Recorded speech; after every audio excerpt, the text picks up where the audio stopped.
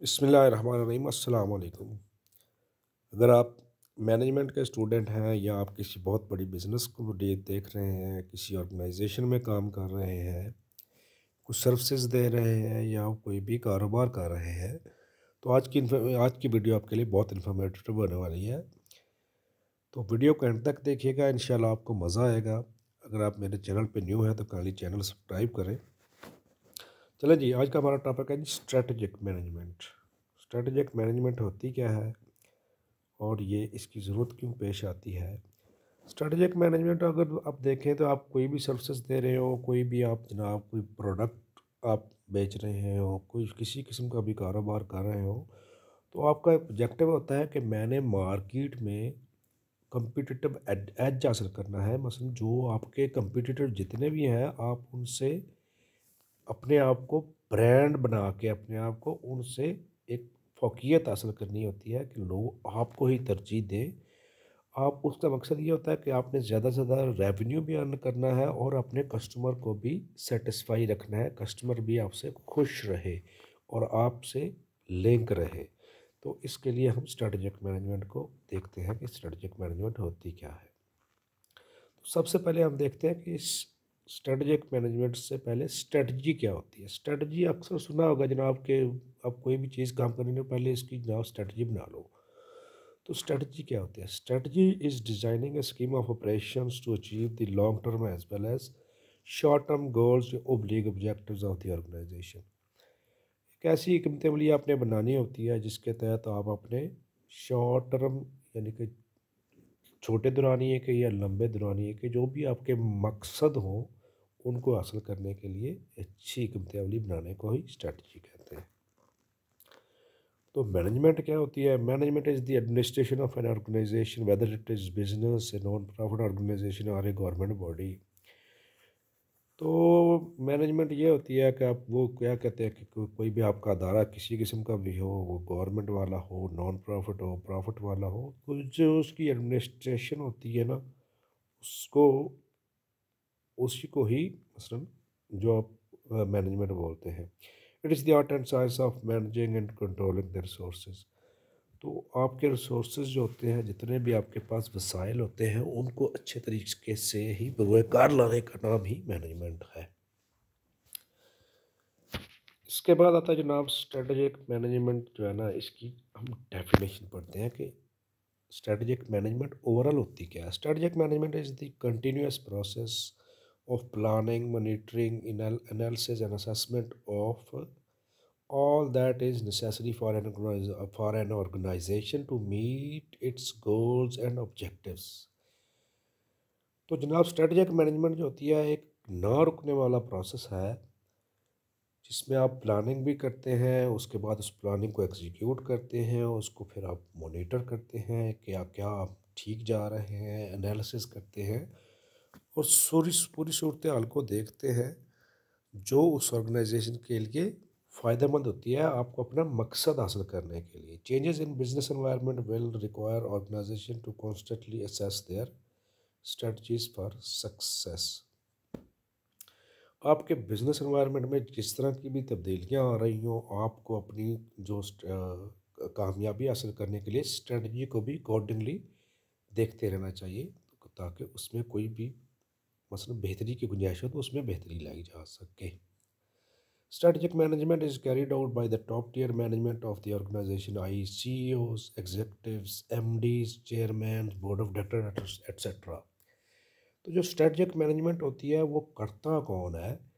तो आप किसी भी ऑर्गेनाइजेशन में देखें, किसी बिजनेस में देखें, तो जो सूबाबंदी बना रहे होते हैं, जो लोग पॉलिसीज़ बना रहे होते हैं, वो हमेशा ही टॉप टियर मैनेजमेंट होती है। टॉप टियर मैनेजमेंट में आप कोई भी कारोबार कर रहे हो तो उसका मालिक होता है। मसलन उस मालिक को आप सीईओ कह दें या एमडी कह लें, चेयरमैन कह लें, बोर्ड ऑफ डायरेक्टर कह लें या एग्जेक्टिव कह लें।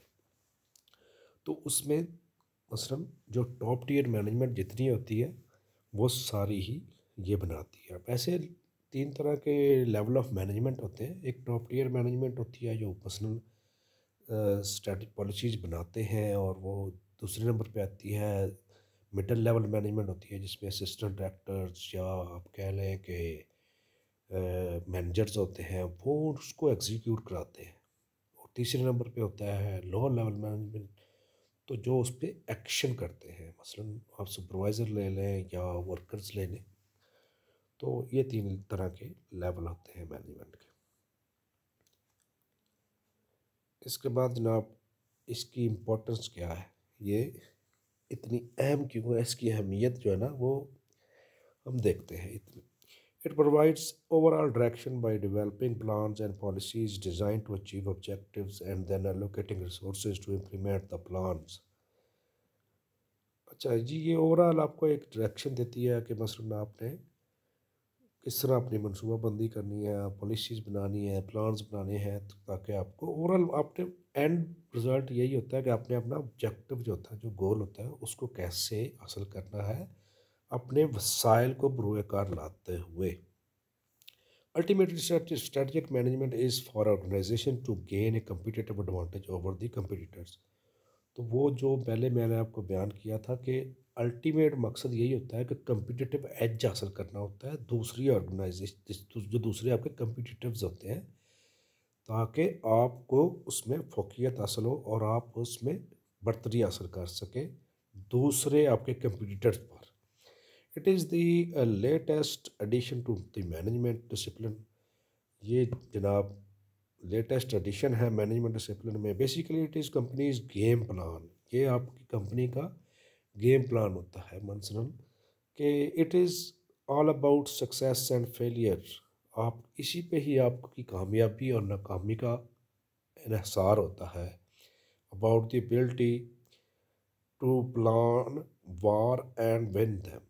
आप इसी के तहत आप एक मनसूबाबंदी कर रहे होते हैं कि मैंने ये कोई भी जंग है या जंग से मुराद ये है कि आपके कंपटीटर्स हैं बहुत ज़्यादा मार्केट में, तो उनसे आपने कैसे नमरदज़मा होना है और उसको इस जीतना है, यानी कि टॉप टॉप पे आना है, ब्रांड बनना है। इसके बाद जनाब आता है strategic management helps a decision maker to get equipped with management tools or anticipating changes and directing the organizational activities along the right path। तो स्ट्रेटजिक मैनेजमेंट जो होती है वो जनाब एक अच्छे डिसीजन मेकर को वो बहुत ज़्यादा हेल्प देती है। मैनेजमेंट टूल्स मसलन उसमें to get equipped with management tools, तो उसमें आने वाली तब्दीलियों को भी देखा जाता है और अपनी ऑर्गेनाइजेशन को सही रास्ते पर गामजन रखने में भी हेल्प करती है। Effective strategic management can transform the performance of an organisation. अगर आप अच्छी तरह स्ट्रेटेजिक मैनेजमेंट करते हैं तो आपकी जो ऑर्गेनाइजेशन की परफॉर्मेंस होती है वो बहुत ज़्यादा इफेक्ट हो जाती है, बहुत ज़्यादा मसलन बेहतर हो जाती है। Make fortune for shareholders or changes the structure of the industry. तो उससे आपके जितने भी शेयर होल्डर हैं होते हैं उसका भी फ़ायदा हो जाता है और आपका इंडस्ट्री की शक्ल ही बदल के रख देते हैं। Ineffective strategic management can bankrupt companies and ruin the carrier of executives. तो इसमें इसकी दूसरी साइड पे जाए तो जनाब अगर आपकी स्ट्रेटेजिक मैनेजमेंट जो है ना आप अच्छी तरह नहीं करते, मसलन आप सुस्ती रखते हैं, तो फिर क्या करता है कि वो आपको कारोबार को तबाह भी कर देता है, आपको दिवालिया कर देता है और आपके जितने भी एग्जीक्यूटिव्स हैं उनके कैरियर को भी तबाह कर देता है ये स्ट्रेटजिक, अगर आप इनफेक्टिवली करते हैं तो। अच्छा जी, फीचर्स ऑफ स्ट्रेटजिक मैनेजमेंट, इसकी खसूसियात क्या क्या है। मसलन इसमें प्रोएक्टिव होना पड़ता है आपको, और प्रोएक्टिव से मुराद ये है कि आपको आने वाले फ्यूचर में आने वाले एक अनफोर्सीन जो होते हैं मसलन चीज़ें होती हैं उनको आपको पहले से ही कैटर करने के लिए आपको तैयार रहना पड़ता है। Continuous process not static and stale. तो मसलन ये एक ना रुकने वाला एक प्रोसेस है। मसलन कि आपने कोई स्ट्रेटजी बनानी है, उसके बाद उसको इम्प्लीमेंट करना है, उसके बाद उसको वैल्यूएट करना है, उसमें अकॉर्डिंगली कुछ चेंजेस करनी है तो वो भी करते रहना है, तो ये चलता रहता है प्रोसेस। पे ऑफ्स इंक्रीजेज ओवर टाइम। तो आपके जनाब रेवेन्यू जो है ना वो बहुत जल्दी इसमें इजाफा होता है अगर आपकी स्ट्रेटजीज अच्छी बनाई हो तो। Leads to resources decisions. तो इससे आप अपने जितने भी वसाइल हैं उनको भी बेहतर बरूकार ला सकते हैं अच्छे फैसले करके। Engages and motivates all staff, इससे जनाब आप अपने स्टाफ को भी अच्छी मैनेजमेंट के तहत उनको बिज़ी रखते हैं और मोटिवेट्स उनको आप जनाब मोटिवेट भी रखते हैं। मसलन आपकी स्ट्रेटजी अच्छी होंगी तो आपका कारोबार अच्छा होगा, उसके तहत फिर आप अपने जो एम्प्लॉयज़ हैं उनको भी आप जनाब मोटिवेशन मिलेगी जब आप उनको अच्छे अच्छे पैकेजेस देंगे। तो फ्लेक्सिबल भी होता है जनाब, इसमें आप देखते हैं जिस तरह पहले मैंने बताया कि उसमें आप आए दिन ब दिन जो अब आप उसको वैल्यूएट करते हैं तो उसमें चेंजिंग भी करते रहते हैं। कोई भी कंपनी होती है वो जनाब उसका एक मिशन होता है, एक विजन होता है। कोई भी मसलन आप काम करने लगते हैं तो मिशन क्या होता है? Mission a reason for existence of the organisation, कि एक ऑर्गेनाइजेशन बनी क्यों है, मसलन उसके बनाने की वजह क्यों पेश आई। ये मिशन होता है। उसके बाद विजन होता है। विजन होता है कि मसलन आपने अपने आप को देखते हो कि मैंने ये कोई चीज़ बना तो ली है कंपनी, तो अब मैं आज से 5 साल बाद, 2 साल बाद, 8 साल बाद, 10 साल बाद मैं अपने आप को कहाँ अपने आप को देखता हूँ। मसलन कि मेरा ख्वाब क्या है कि मैं इस स्टेज पे पहुँचना चाहता हूँ, तो उसको विजन कहते हैं। A desired future position of the company, यानी कि आप कहाँ पहुँचना चाहते हैं, आपका फ्यूचर में मसलन क्या गोल है। Vision without action is a day dream. अगर आपका विजन हो और आप उस पर काम नहीं कर रहे, एक्शन नहीं कर रहे, तो वो भी आपके लिए ख़तरनाक सिचुएशन है। Action without vision is a nightmare. अगर आप काम कर रहे हैं और आपका कोई विजन नहीं है तो फिर भी जनाब वो आपके लिए डोना ख्वाब ही होगा। अच्छा जी, स्ट्रेटजिक मैनेजमेंट के जनाब प्रोसेस में आते हैं तो इसके प्रोसेस में चार चार स्टेप्स हैं। तो पहला स्टेप जो होता है उसको कहते हैं environmental scanning. Where are we now, कि हम अभी किस जगह खड़े हैं। स्ट्रेटजी फार्मूलेशन होता है। दूसरा स्टेप होता है where do we want to be, तो मसलन हम कहाँ पहुँचना चाहते हैं, हम हमारी मंजिल क्या है। स्ट्रेटजी इम्प्लीमेंटेशन, जो आपने बनाया है, how do we get there, तो हम इस स्टेज पर पहुँचेंगे कैसे, कि यानी कि इम्प्लीमेंट करना है कि जो आपने स्ट्रेटजी बनाई है। चौथे नंबर पे आता है जनाब measurement oblique performance. How would we measure our progress, तो जो हमने किया है उसको हम मैयर कैसे करेंगे, उसको कैसे जांचें कि हमने जो किया है वो सही किया है या उसमें कोई हमें फ्लाज हैं, तो उनको ओवरकम करने के लिए उसमें एवेलुएट करते हैं। ये चार स्टेप्स होते हैं। इन स्टेप्स को अभी हम डिटेल में देखते हैं। सबसे अहम जो पहला स्टेप है वो है इन्वायरमेंटल स्कैनिंग।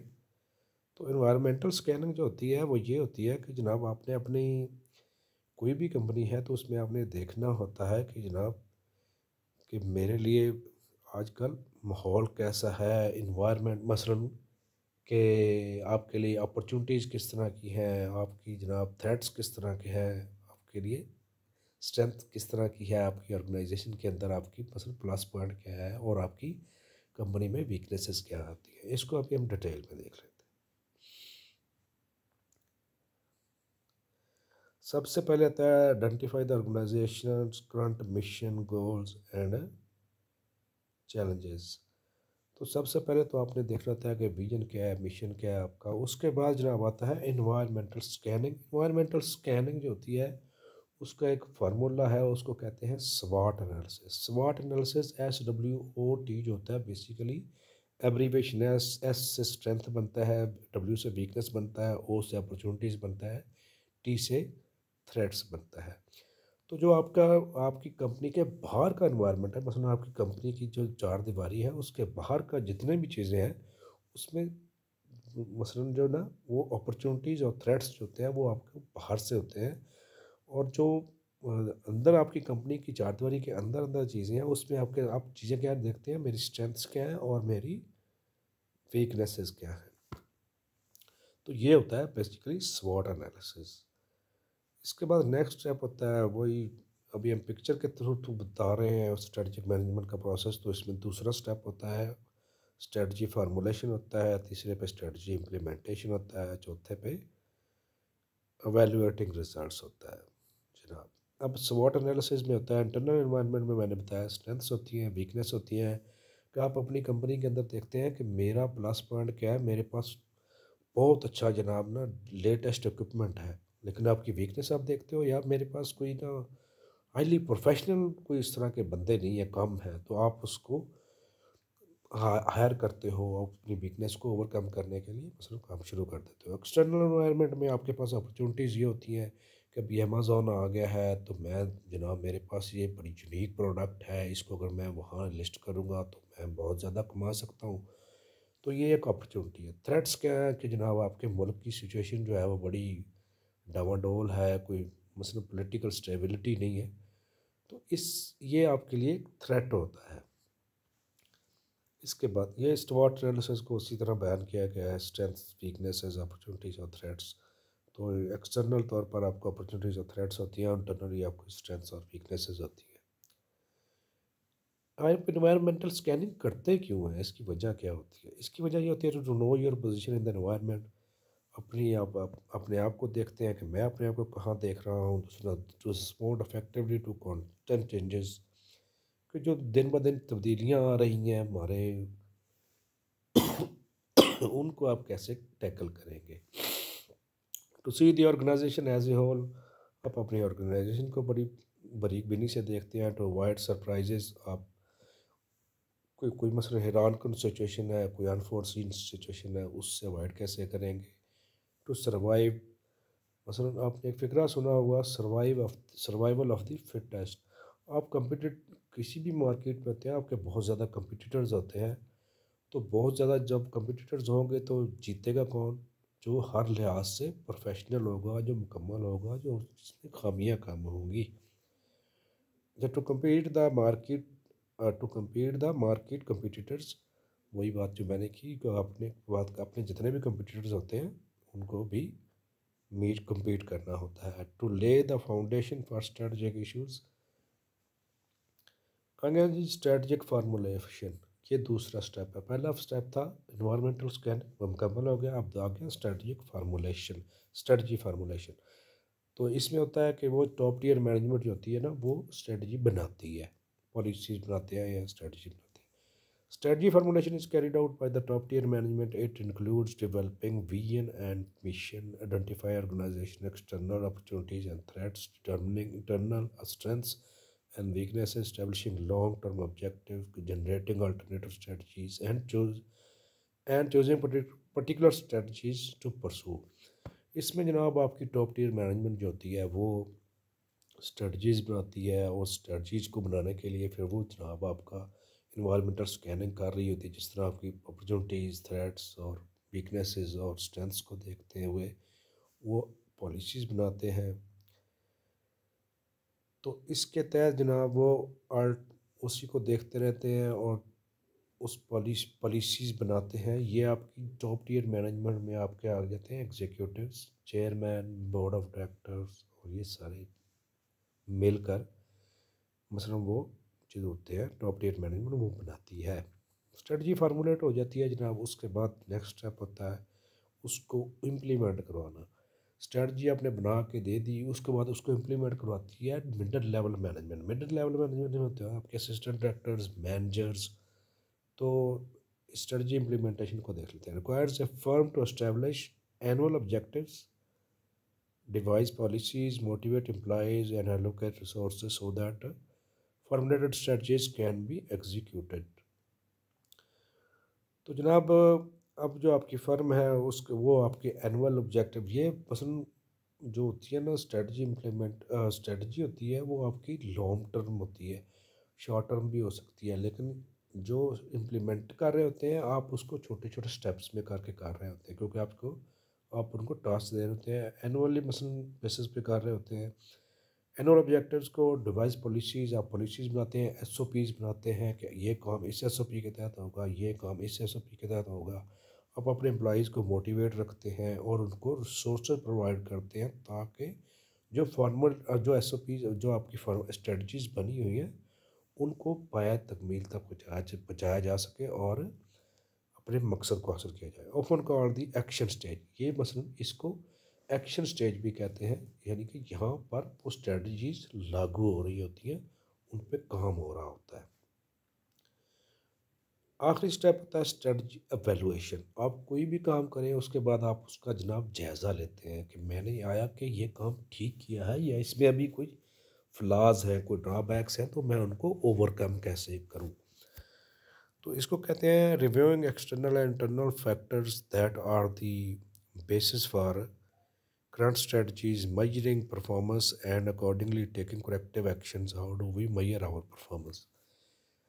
तो जैसा कि मैंने बताया कि जनाब आप उसको सारा कुछ करने के बाद आप उसको जायज़ा लेते हैं कि मेरी खामियां क्या हैं, मेरी प्लस पॉइंट क्या है। उन प्लस पॉइंट को मैंने लेकर आगे चलना है और उनमें बेहतरी लानी है, और जो मेरी वीकनेसेस हैं उनको मैंने ओवरकम करना है।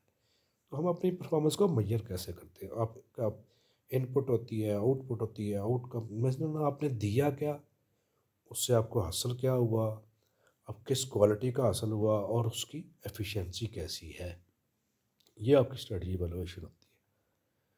जनाब why some firms do not do strategic planning. तो जनाब ये स्ट्रेटजिक प्लानिंग अगर इतनी ही है, मैं तो इसको कुछ फर्में क्यों नहीं करती, ये भी देख लेते हैं। Lack of knowledge in strategic planning. जनाब उनको पता ही नहीं है, उनके पास नॉलेज ही नहीं है कि ये जनाब स्ट्रेटजिक मैनेजमेंट है क्या चीज़। दूसरे मतलब पुअर रिवार्ड स्ट्रक्चर। उनका रिवार्ड स्ट्रक्चर जनाब वो बहुत पुअर किस्म का होता है, वेस्ट ऑफ टाइम। वो समझते हैं कि जनाब ये वक्त का ज़या है, ये स्ट्रेटजिक मैनेजमेंट, इस पे हम वक्त ही ज़ाया करेंगे। वो टू समझते हैं टू एक्सपेंसिव, बहुत महंगी है जनाब, इसको करने पे तो पता नहीं क्या वक्त ज़ाया होगा, पता नहीं क्या क्या चीज़ लेना पड़ेगा। लेजीनेस, सुस्त होते हैं। कंटेंट विद सक्सेस, जो हासिल हो चुका है बस उसी पे मुतमिन है। फियर ऑफ फेलियर, उनको ये भी खदशा होता है कि हम कहीं नाकाम ना हो जाएं। ओवर कॉन्फिडेंस, कुछ लोग होते हैं जो बहुत ज़्यादा ओवर कॉन्फिडेंस होते हैं कि जनाब मुझसे बेहतर क्या हो सकता है, मैं तो ऑलरेडी ऐसे चल रहा हूँ। तो जनाब आगे आता है नेक्स्ट, डिफरेंस ऑफ ओपिनियन। कि आपको कोई ऐसा खरा बंदा ना मिल जाए जो कहे जनाब आपकी ये चीज़ गलत है या ये ठीक है, तो इसलिए भी इस चीज़ में नहीं जाते। अगर आज आपका आज अगर आज का टॉपिक आपको मेरा पसंद आया हो तो काइंडली मेरे चैनल को सब्सक्राइब कीजिएगा, लाइक कीजिएगा, शेयर कीजिएगा। Thank you very much. जज़ाकल्लाह।